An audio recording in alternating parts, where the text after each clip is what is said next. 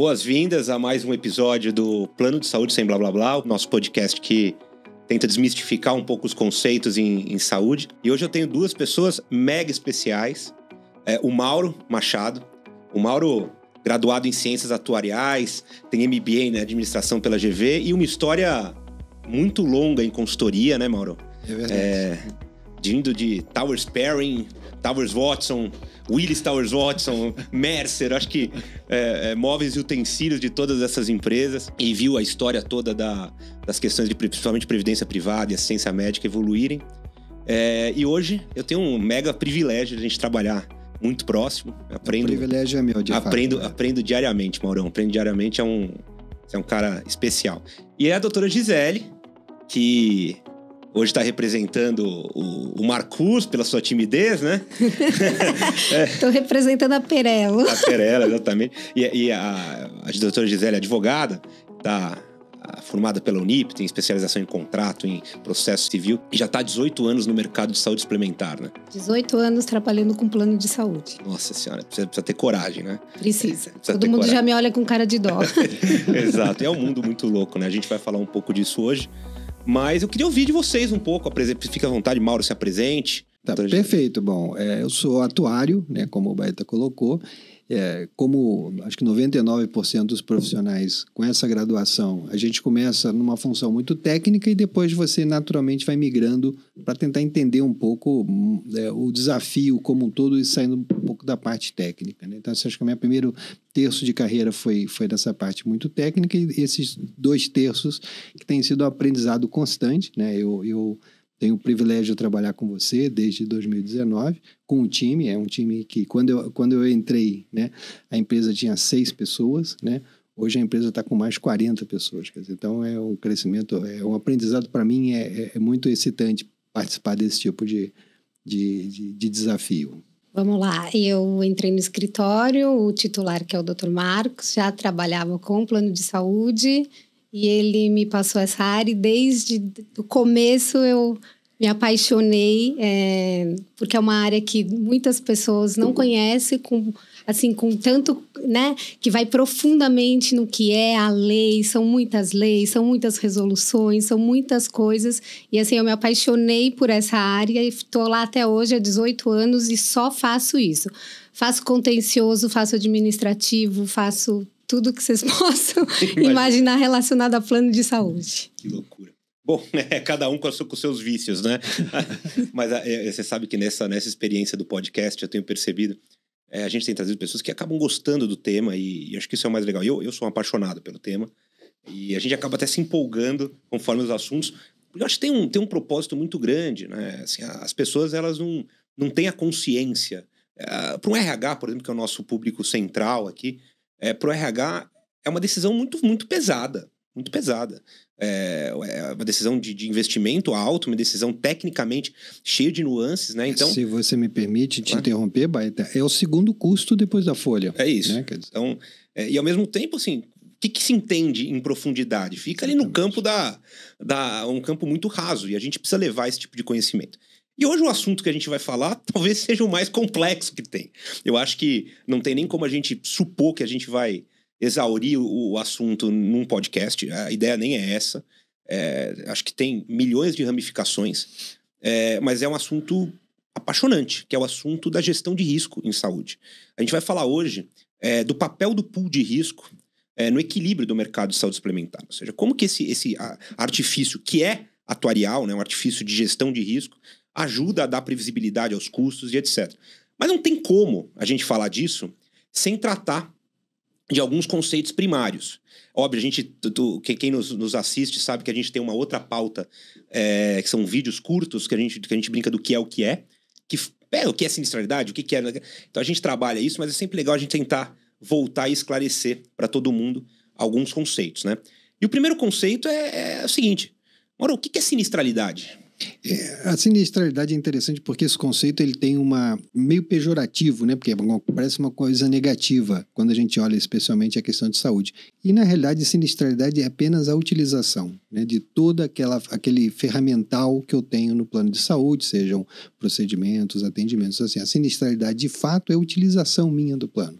Então, quando a gente fala, a sinistralidade está aumentando, significa que as pessoas estão ficando doentes? Não, as pessoas estão usando o plano de saúde. E aí você tem o índice de sinistralidade, né, que é uma ponderação entre o quanto as pessoas utilizam e o quanto pagam. Porque, no final das contas, os contratos de saúde suplementar, tem as suas exceções, depois a gente vai falar um pouco disso, mas os contratos de saúde suplementar, o equilíbrio deles se dá a partir da apuração desse índice, né? E como que esse índice ele vai impactar nos reajustes para que haja consciência dos agentes em relação ao que vai ser utilizado, quanto que vai ser pago e etc, né?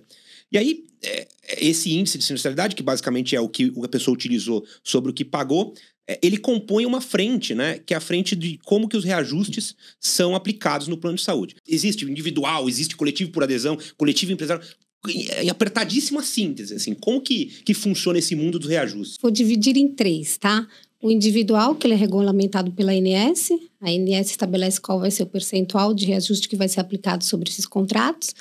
Existem os contratos com menos de 29 vidas, que são menos de 30 vidas, que são aqueles em que eles precisam ser agrupados para que esses reajustes sejam diluídos nesse grupo, e também vai ser um reajuste igual para todos. E existe aqueles, que a maioria são os empresariais, em que o reajuste é fixado em contrato, de acordo com o que ficou combinado com a estipulante do contrato. De reuniões onde a gente trata disso, que o plano de saúde ele tem 3 possíveis reajustes quando você tem um contrato de plano de saúde. O primeiro deles é o reajuste por mudança de faixa etária. Isso acontece naqueles contratos que são precificados por faixa etária. Porque você tem os contratos que são precificados por taxa média, depois não vamos entrar nesse tipo de nuance, mas... E os contratos que, de fato, têm uma tabela a partir da faixa etária. Ou seja, conforme as pessoas daquele contrato envelhecem, você tem... Um percentual fixado em contrato. Percentual fixado em contrato, que inclusive é regulado, né? As mudanças de faixa, se não me engano, você tem 5 vezes ou 7 vezes. A primeira faixa não pode ser... A última faixa não pode ser superior mais que 7 vezes. Existe um gradiente estabelecido. Isso acontece ao longo do contrato, conforme as pessoas envelhecem. E você tem dois reajustes que acontecem anualmente. Um primeiro é um índice inflacionário, e o segundo é exatamente esse reajuste por conta da sinistralidade. Então, o que acaba acontecendo identifica o índice e, ao mesmo tempo, ela define um break-even em contrato. Então, sei lá, meu break-even é de 70%, que normalmente é usual. Se o meu índice ficou abaixo disso, você não terá o reajuste por sinistralidade. Se o índice for superior, você vai ter uma regra de 3 básica. Pagava 100 para gastar 70. Vou pagar X porque eu gastei. Eu vou pagar X porque eu gastei 80, por exemplo, no caso de uma sinistralidade de 80%. Então, essa é a conta que se faz do reajuste por sinistralidade, né? E aí, eu sempre falo que assim, nosso foco aqui é sempre falar com o RH. E na hora da empresa, que são ou esses contratos com menos de 30 pessoas ou os contratos com mais de 30 pessoas, na hora da empresa, então a verdade há uma terceirização do risco para a empresa. É isso? É isso. E de forma geral, eu acho que assim, a profundidade do entendimento da responsabilidade, a empresa ainda não tomou realmente essa ciência, né? Quer dizer, ela recebe aquele monte de reajustes, às vezes não entende, às vezes reclama, há dores, né, em relação a isso, mas ela não entende de fato a origem daquele reajuste. Acho que o trabalho, né, que acho que é esse trabalho de formiguinha que a gente busca fazer no mercado é exatamente isso, é mostrar de fato, compartilhar o capital intelectual para que a empresa ela entenda efetivamente, tecnicamente, o que está por trás daquele contrato. Quais são as previsões e o ponto que você colocou muito bem, Baeta, dessa questão de assumir essa responsabilidade que a empresa está fazendo ao oferecer o plano de saúde para os seus colaboradores. A gente costuma falar demais aqui, assim, principalmente quando a gente chega com um cliente, né, Mauro sabe, com um cliente que está implantando o plano de saúde, eu sempre levanto a mão e falo, peraí, isso aqui não é um jogo de cotação. Você precisa consolidar uma série de conhecimentos antes para entender onde você está pisando e entender que você tem que pensar que tipo de carga operacional isso vai ter para a área de recursos humanos, provavelmente a área, vamos dizer, mais operacional dos recursos humanos. E segundo, o que você está fazendo hoje, que tipo de consequências tem no futuro? Porque a minha máxima, eu sento com um cliente, por exemplo, e falo, cara, nós estamos aqui para ter uma conversa que dure mais de 12 meses. É isso. Se a gente não pensar hoje, vai acontecer que daqui 12 meses o negócio é insustentável, o desenho foi mal feito, etc. E a empresa tem que dar consciência para aqueles usuários do plano que não adianta ficar usando, porque ele vai pagar aquela conta. Isso é uma consciência que as empresas precisam dar para os seus funcionários. Olha, você não vai lá, não entra nessa de, vamos gastar, porque eu tenho plano de saúde, tenho que gastar. Essa conta vai vir, vai ser revertida para você. Objetivamente em contrato, e se você for pensar do ponto de vista social, o próprio sistema de saúde suplementar como um todo. Você não, esquece o seu contrato individual, né? As pessoas têm responsabilidade sobre esse sistema em relação a fraudes, em relação à utilização consciente. E não é assim, não utilize. Utilize entendendo que é com consciência. Inclusive, eu sempre falo também assim, sobre coparticipação. Coparticipação é uma ferramenta incrível, muito legal. Só que se você não desenha isso de maneira inteligente, você cerceia o uso de quem precisa usar. É aquela história.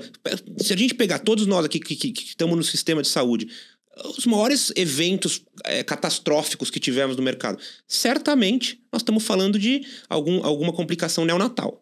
Certamente. De milhões. Então você põe uma coparticipação para uma gestante que às vezes vai evitar fazer o acompanhamento do pré-natal e vai ter uma consequência, né? Então, você está aumentando o risco efetivamente. Exato. Né? Então, pensar que o uso é uma visão muito profunda também, não é? Então não vou fazer consulta. Pode fazer, mas também não vou gastar de uma maneira irresponsável. A gente vê duplicação de exame.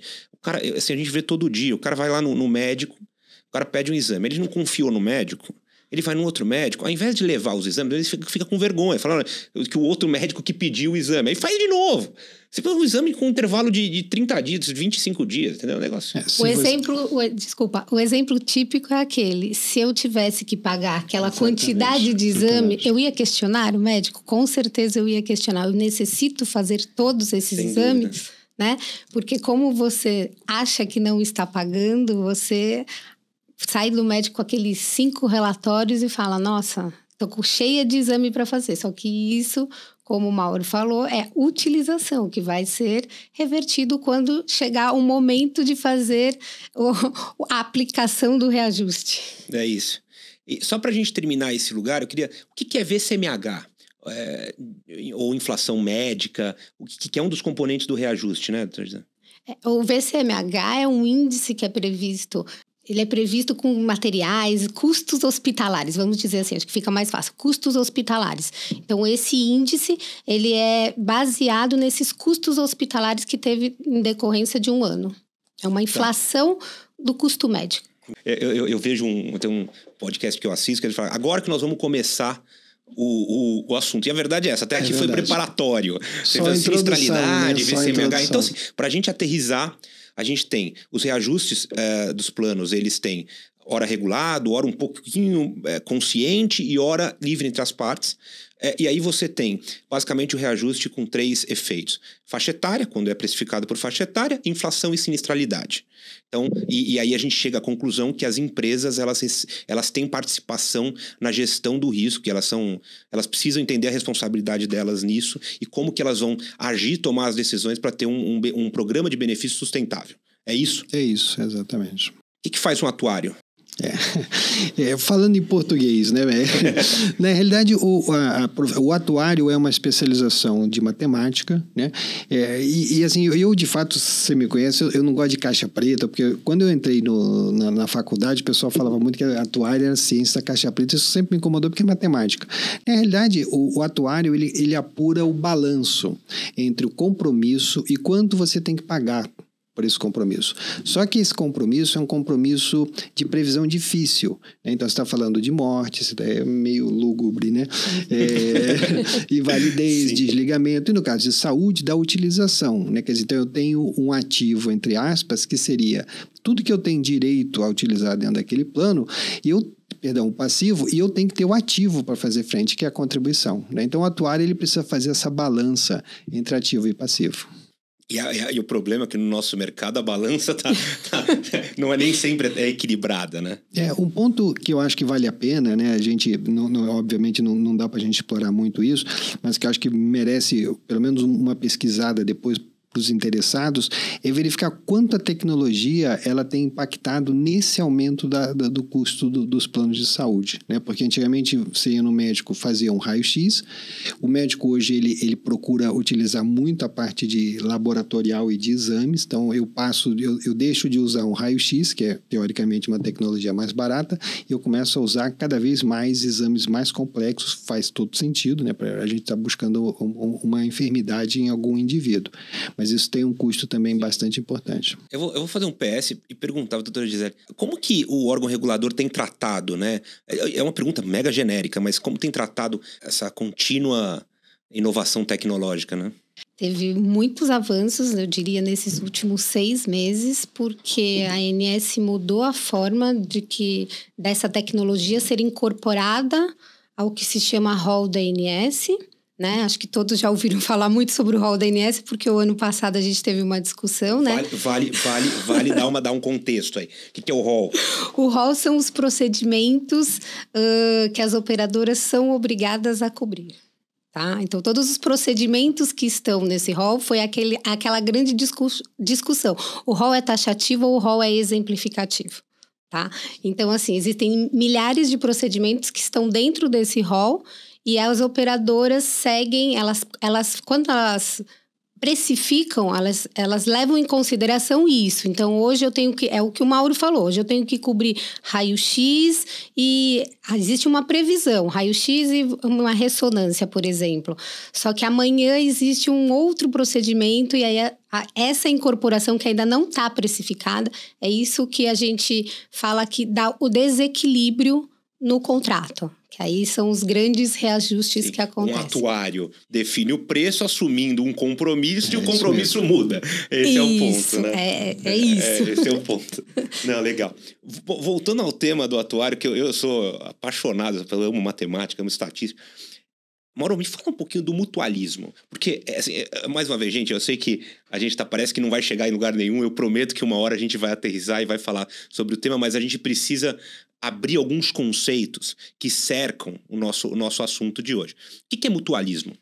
Ótima pergunta. O mutualismo, de fato, é a base de toda a ciência atuarial, né? Quer dizer, que se eu tenho que fazer essa previsão desse passivo que eu tenho com o meu determinado plano, determinado benefício, eu preciso diluir isso, né? Quer dizer, então, o mutualismo é você colocar, como se fosse uma grande piscina, os indivíduos que vão fazer frente àquele passivo que eu tenho lá na frente. Ou seja, quanto maior, né, o conceito quanto maior for a minha população, mais é fácil absorver qualquer outlier que aconteça, né? Então, se eu tinha previsto, por exemplo, uma determinada sinistralidade ou utilização, que seja, se eu tenho, 10, se eu tenho uma população que dilui muito, a gente vai chegar muito próximo desse 10, pelo menos na parte teórica.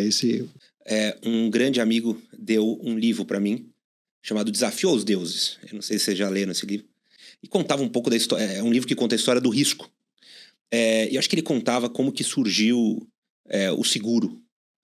E ele dava um exemplo muito interessante. Eram mercadores, né, sei lá, Oriente Médio, que iam buscar especiarias na Ásia, enfim.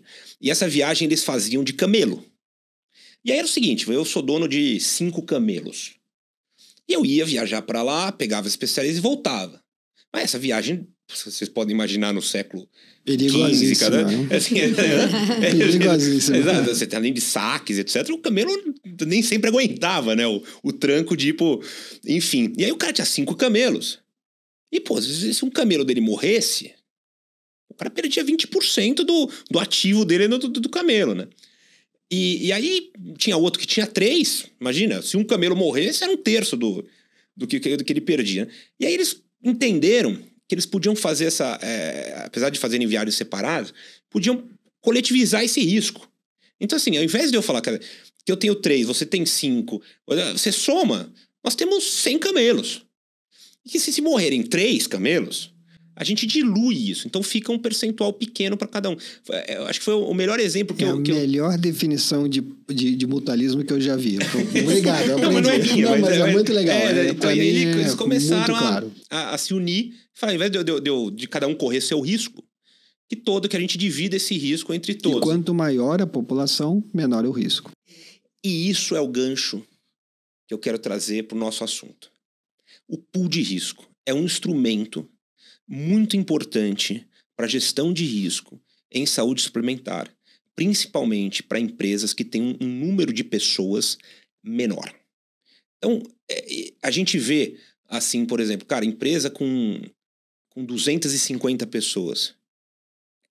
Para fins de saúde, ela não tem capacidade de diluir seu risco, não é, mano?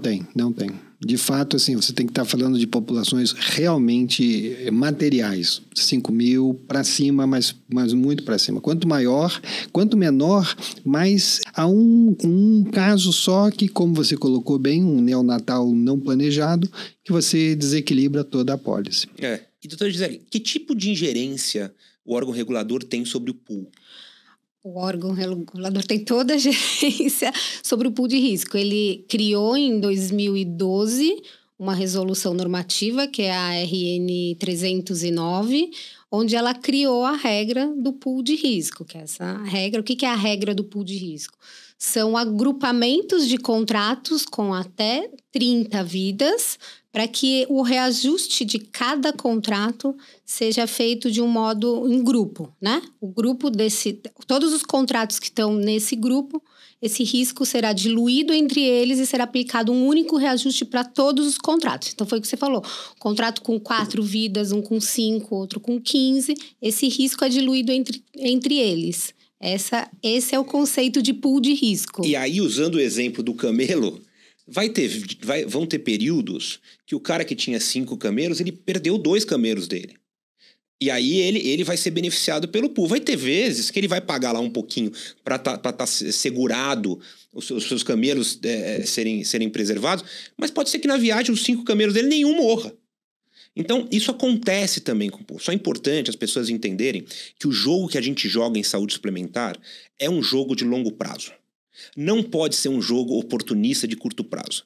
Então, até a gente vê, e é desesperador, até alguns agentes consultivos no mercado dando orientações para que se colha de benefícios imediatos. Quando um RH oferece um plano de saúde, está dentro de um programa que precisa ser sustentável.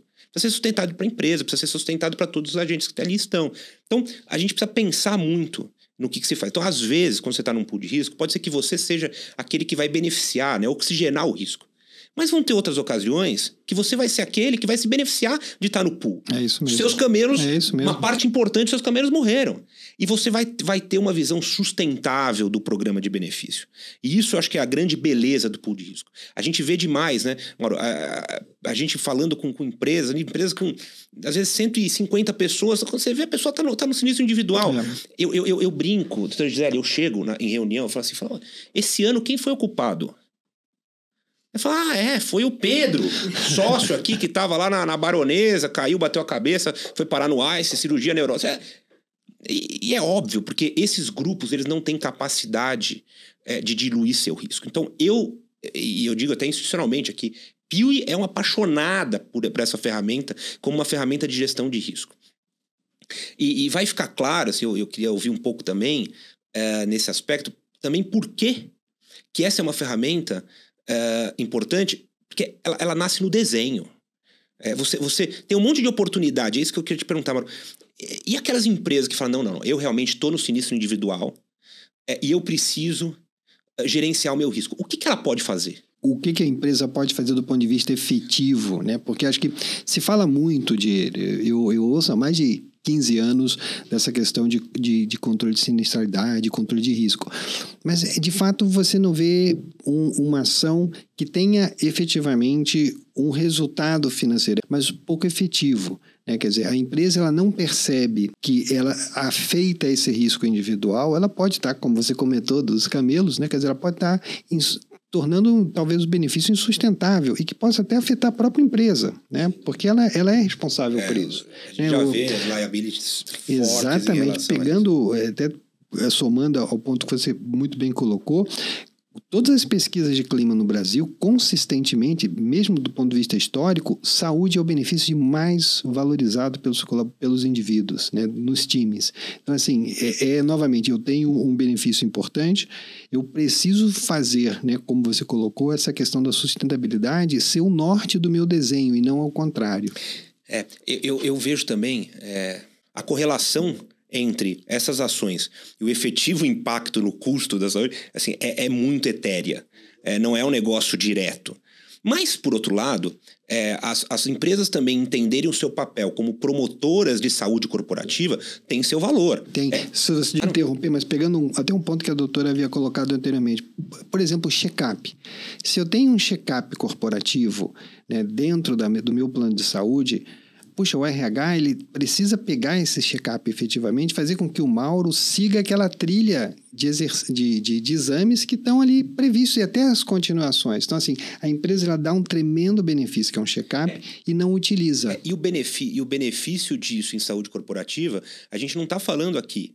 Exatamente. Que você tem um benefício em produtividade, exatamente, em redução de absenteísmo, e uma série de coisas que nada tem a ver com custo assistencial. O que eu sou terminantemente contra, e se eu tenho licença poética aqui para falar, é o seguinte, é o canto da sereia, de vir com um discurso comercial, de falar, nós vamos fazer isso, isso e aquilo, e isso vai ter um efetivo resultado no controle do seu sinistro e, por conseguinte, no reajuste do seu contrato. Canto da sereia. Exatamente. Você precisa ter uma consciência técnica muito mais profunda. Mas, mais uma vez, promover saúde é uma responsabilidade das empresas. E também deve ser das operadoras, né? Como que as operadoras, eu sei que... E aí é uma pergunta completamente de leigo nesse aspecto, porque eu sempre ouvi dizer e não faço ideia de como isso é feito. Eu sei que há operadoras que registram programas de promoção à saúde, etc. Como que se dá isso? Tem alguns programas que têm incentivo da própria ANS, tá? Então, a ANS dá alguns benefícios para aquelas operadoras que fazem incentivos de programa. Existem diversos, né? Incentivo para pessoas com, por exemplo, diabetes, para ela fazer um controle, para essas doenças crônicas ficarem mais controladas, para não ter isso, para a pessoa já não ter que chegar lá, já ter que ter uma internação, já ter um custo muito alto. Então, incentivo as pessoas a toda semana, sei lá, todo mês, depende do programa. Até essa responsabilidade de ir lá e participar desse programa. Depende muito também do beneficiário participar do programa, mas as operadoras... Engajamento é a palavra. Engajamento é a palavra. A gente está aprendendo muito nesse processo de como lidar com as expectativas das pessoas em relação ao cuidado de saúde. Eu acho que as pessoas elas não querem mais terceirizar o cuidado, então isso é uma vantagem. As pessoas elas se sentem empoderadas e capazes de gerir a sua saúde. O papel deixa de ser um papel de trilha e passa a ser um papel de guia, de facilitador. Mas a gente acredita muito que não adianta forçar a barra. Não, vai pôr em programa tal, programa... Cara, o que você precisa ter são gatilhos. Então a gente hoje atende, o que a gente chama de membros, né? Atende os usuários finais dos contratos. E a gente tem inúmeras oportunidades para iniciar esse gatilho. Quando um usuário final me liga e fala, olha, eu tô aqui querendo marcar uma consulta com um endócrino, e a gente ajuda nesse... É uma oportunidade a gente entender o contexto, e pode ser um contexto de obesidade, pode ser um contexto que a gente pode fazer ele se engajar num programa, criar uma linha de cuidado. Então, isso tudo ajuda a promover saúde, ajuda a de fato... ter as externalidades positivas da boa gestão de saúde corporativa é só importante, né, Mauri? A gente bate muito nisso. Não dá para virar e fazer disso uma correlação direta com, olha, pronto, agora você tem uma sinistralidade. E principalmente em contratos menores, que você já tem um problema crônico atuarial, que é a incapacidade de diluir o risco. Você vai fazer tudo isso, vai estar todo mundo lindo, eu costumo chamar de sinistralidade endógena, que é aquela que você expurga os valores aberrantes. Então, assim, cara, é aquilo que os caras vão consumir mesmo, porque o cara precisa fazer consulta e tal. Tira os outliers, né? Você pode fazer tudo isso. Se você tiver num contrato 2 outliers, acabou o contrato. Acho que um sistema de saúde suplementar não tem um culpado. Isso é um sistema. Você vê fraude, você vê médicos, prestadores de uma maneira geral, também com comportamentos completamente fora do que deveria ser feito. Então, usuário, com prestador, operador é idem. Mas não existe um culpado. Corretoras também, não existe um culpado. Mas uma coisa que eu sou terminantemente contra, e eu acho que é uma mecânica que não privilegia a sustentabilidade do mercado, é a compra de carteira. Então, o que acontece? Então, se eu posso ir para o pool de risco, eu vou pagar 100. Mas a operadora fala, não, mas vem aqui que você vai pagar 90, só que você está com um sinistro individual. Só que ninguém explica que o que vai acontecer é que depois de 12 meses você tem que ter um reajuste, você vai tomar 30% de reajuste, os 90 passou para 117, enquanto que no 100 você vai tomar 10, pelo amor de Deus, que são números exemplificativos, né? Vai tomar 10 e vai para 110. Então, durou 12 meses essa vantagem essa que eles vantagem. falam Porque que existe. é uma gestão muito de curto prazo, né? Durou 12 meses essa vantagem. Não, mas depois eu mudo. Mas aí a operadora fica te amarrando em contrato. Então, assim, eu faço por 110, mas você fica mais 12 meses. É um negócio completamente impensável. E eu falo, a gente não está lidando com negócios assim desqualificados. Você tem 10 ou 12 operadoras, grandes operadoras, que dominam o mercado de saúde suplementar no Brasil, pô.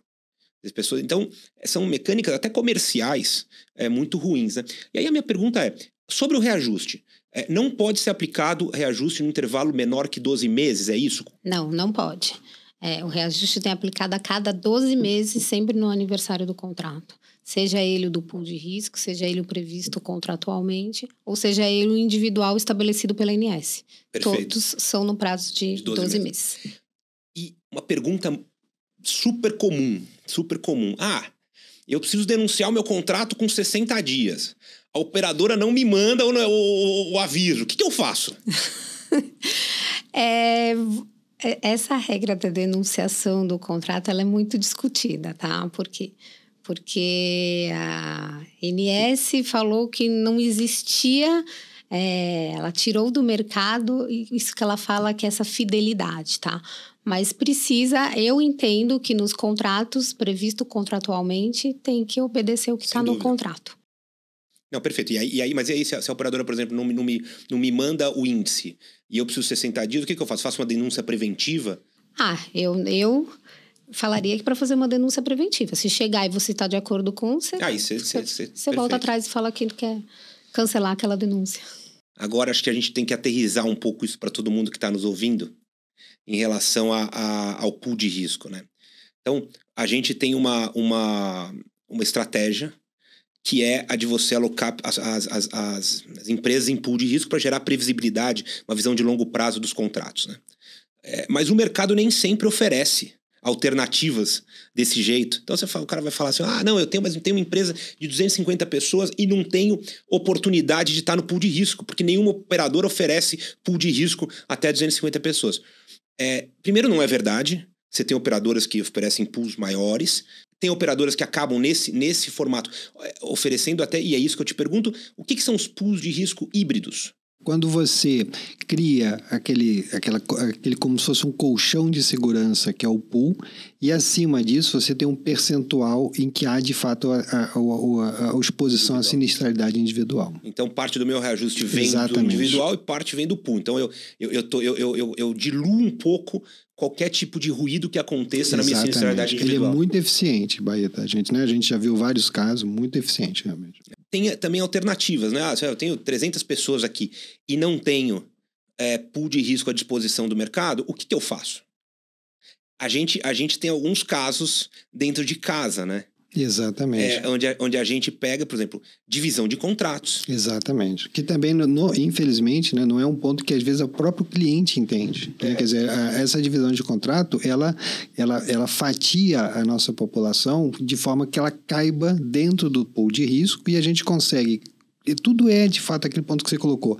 A questão do desenho, né? Quer dizer, o entendimento da dor do cliente e voltar e com uma solução com esse olhar mais consultivo. Então, é muito possível, né? A gente tem casos dentro da PIL em que a gente fez esse desenho e o cliente está bastante satisfeito porque o risco que ele tinha anteriormente, ele agora está minimizado. Eu acho que a gente está chegando ao final e eu quero fazer um fechamento aqui, dizer o quanto que eu, particularmente, depois de estudar horrores no mercado, eu vejo... O Mauro, eu era estudante eu via os relatórios, já falando sobre sustentabilidade, os relatórios que as empresas que o Mauro trabalhava e provavelmente assinava algum deles, estava escrevendo.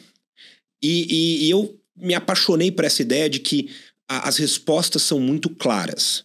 Nós não temos aqui um problema no mercado de saúde suplementar que depende de uma ideia brilhante, depende de um novo Einstein. Não. Nós sabemos o que tem que ser feito. Então, é um problema quase que educacional. E eu acho que esse é o propósito desse podcast. É como que a gente leva esse conhecimento. E hoje a gente trouxe um dos conhecimentos que eu carrego com maior paixão, que é a questão do pool de risco. Muitas empresas que têm problemas de gestão de risco e problemas sérios de previsibilidade e sustentabilidade dos seus programas de benefício, vão para uma linha de um canto da sereia. E elas estão se cansando. E o canto da sereia vem aqui e eu vou criar iniciativas incríveis de gestão de risco em saúde, programas maravilhosos, e isso tem uma correlação direta com o seu custo assistencial. E a verdade é que as empresas estão se cansando e estão aprendendo que no final do dia elas olham relatório de sinistralidade que olham pelo retrovisor, não conseguem ter modelos eficientes, preditivos, ao mesmo tempo não tem recursos e insumos para executar os seus programas. Diferente, mas pega uma empresa de 10 mil pessoas, você põe um ambulatório lá, é óbvio que vai ser efetivo. É óbvio que você, ao invés de ir para o pronto-socorro e fazer uma atençãozinha imediata no ambulatório ali, você vai ter uma diminuição de custo, isso é evidente. Agora, de alguma maneira, principalmente o middle market e as empresas que não estão nesse perfil de ter um ambulatório e ter outros programas patrocinados efetivamente pela empresa, ficam num canto da sereia e no final do dia olham basicamente relatório de sinistralidade, que é no retrovisor, como eu disse, sem ter o que fazer e poder o que fazer. E aí fica pingando de operador em operador a cada 12 meses, numa briga judicial muitas vezes, uma briga, como que vai ser o cancelamento, multa, um baita de um caos, e esquece que é um mercado que tem 10 players, então assim, você não é que você tem opções 1000. Mercado não tem. E aí você fica pingando de uma em outra, uma já não quer, depois quando você precisa voltar para outra não quer mais, porque fala que eu te conheço, eu sei o jogo que você joga. A operadora, por sua vez, também fica... Essa você não precisa ouvir, mas fica comprando mercado, bidando cliente, torcendo pro cara segurar contratualmente o cara para depois de 12 meses o cara ficar lá, ter que pagar o reajuste, pagar a conta, o que seria muito pior se estivesse no pool. Então, eu, de fato, sou um apaixonado por esse instrumento atuarial, que é o pool de risco, como uma ferramenta muito forte de gestão consciente e visão de longo prazo, que é o que falta nesse mercado. Então eu queria dar a palavra para vocês, para ouvir um fechamento de cada um de vocês e deixar esse recado. Mais uma vez, esse é um primeiro episódio super en passant. Vamos trazer, porque vão ter vários outros dedicados a esse tema, que é a gestão de sinistralidade, gestão de risco em saúde, mas aqui tem alguns conceitos básicos. Eu também provoco todo mundo que nos assiste a mandar perguntas. Essas perguntas são trabalhadas depois em vídeos específicos de perguntas e respostas. Se não estou enganado, a gente produz 4 vídeos de perguntas e respostas por mês relacionados a isso, fruto das interações que a gente tem. Mas queria dar a palavra para vocês fazerem um fechamento e, óbvio, avancem no assunto que quiserem. Primeiro, doutora. Vamos lá, é isso que você falou. Inclusive, você me desculpa, eu acabei de fazer uma sequência ocidental, lógica, da esquerda para a direita, mas deveria ter dado desde o início a preferência da palavra. Imagina, vamos lá, é isso que você falou. O pool de risco é uma ferramenta importante, é uma ferramenta que ajuda a todos que estão dentro desse contrato. Por quê? Porque hoje pode ser você, mas amanhã também você pode receber essa vantagem. Isso que precisa ficar muito claro. Esse risco é diluído entre todas as empresas. Mas eu vou pagar a conta do outro. Não é assim que funciona. Esse é uma coisa que precisa ficar mais... As pessoas precisam entender melhor, as pessoas aceitam, depois elas vão brigar porque elas querem outra coisa. A gente não pode continuar assim, porque senão é o que você falou, não é culpa de ninguém, é culpa de todos. Nada anda, nada funciona. Por quê? Porque eu acho que sempre o outro está pensando só em você, só na sua vantagem. Isso é muito complicado para o mercado. E corretora também. A gente tem... Você sabe que a gente tem uns mandamentos lá comerciais que são muito fortes, assim. Inclusive, o mandamento de derrubar carteira. O que acontece? A corretora, ela vende aqui, ela cria incentivos para que ela se monetize a partir do momento que ela vende novos contratos, ao invés de carregar a gestão desse contrato. Então, o que ela faz? Ela quer mais que o circo pegue fogo. Que o cliente mude. Ela quer mais que a sinistralidade bata na lua, não vai conseguir nada, e ela tem a oportunidade de migrar esse cliente para ganhar um FII adicional nesse processo de migração. Isso é insustentável. As pessoas... A gente tem um outro ponto. Assim, as pessoas demoram um tempo para entender os recursos que tem. A gente bate muito em relação ao onboarding. A educação também do usuário, de como usar, como ter acesso a esses recursos, isso é mega importante. Muito importante. É muito importante você ver que aqui, né, nós temos... É o que o Mauro falou, é um dos benefícios... Assim, toda empresa que dá esse benefício, ela... Exatamente. Porque é uma coisa que todo mundo quer, né? Porque é uma das contas mais caras que a gente tem, plano de saúde. Doutora, quer dizer, isso já era muito forte antes da pandemia, né? Quer dizer, a pandemia veio nesse sentido. Eu realmente preciso ter uma assistência médica de alguma forma corporativa. E as pessoas não têm essa consciência. Então, é um trabalho geral, assim. É o trabalho do beneficiário, é o trabalho da empresa, é um trabalho de todos. E o que eu estava dizendo, a mudança é muito dolorosa. Sim. Às vezes eu chego em cliente, até cliente novo, eu falo assim, tá tudo bem, há uma oportunidade de redução de custo aqui marginal. Eu falo, não faça. Não faça. As pessoas estão educadas a usar aquele... Você construir essa educação demora 3, 4 meses, com programas bons de onboarding e implantação de produto. Então, às vezes você tem tem economia aqui. Cara, repense, porque isso pode gerar um problema maior do que... E nem sempre é a postura que a gente vê aí, e a gente bate muito na ressignificação. Se saúde suplementar é sistêmica, ok eu ser ingênuo, porque isso não é um jogo de uma jogada só. Eu sou ingênuo hoje, amanhã a pessoa já me vê com outros olhos, né? Ou seja, você é quem fez o que era certo na primeira jogada. Então a gente bate muito, né? Eu não vou ser repetitivo, acho que o ponto que acho que merece essa nossa consciência é qual é o risco que a empresa fora do negócio dela está afeita a assumir, né? Trabalhar essa questão de onboarding, de comunicação, mas passo zero, pessoal. Olhem o que vocês têm na mesa para avaliar. Quer dizer, estudem de fato. Vale a pena. Novamente, é o segundo custo, é o benefício de maior visibilidade, como a doutora, inclusive, ressaltou. Então, merece realmente essa dedicação. Pegando esse termo que você colocou, canto da sereia, ele sempre é muito bonito, né? Mas show me the money, como diz o pessoal lá de fora, né? Pensem muito nessa questão da sustentabilidade. Faz muito sentido até para a própria empresa.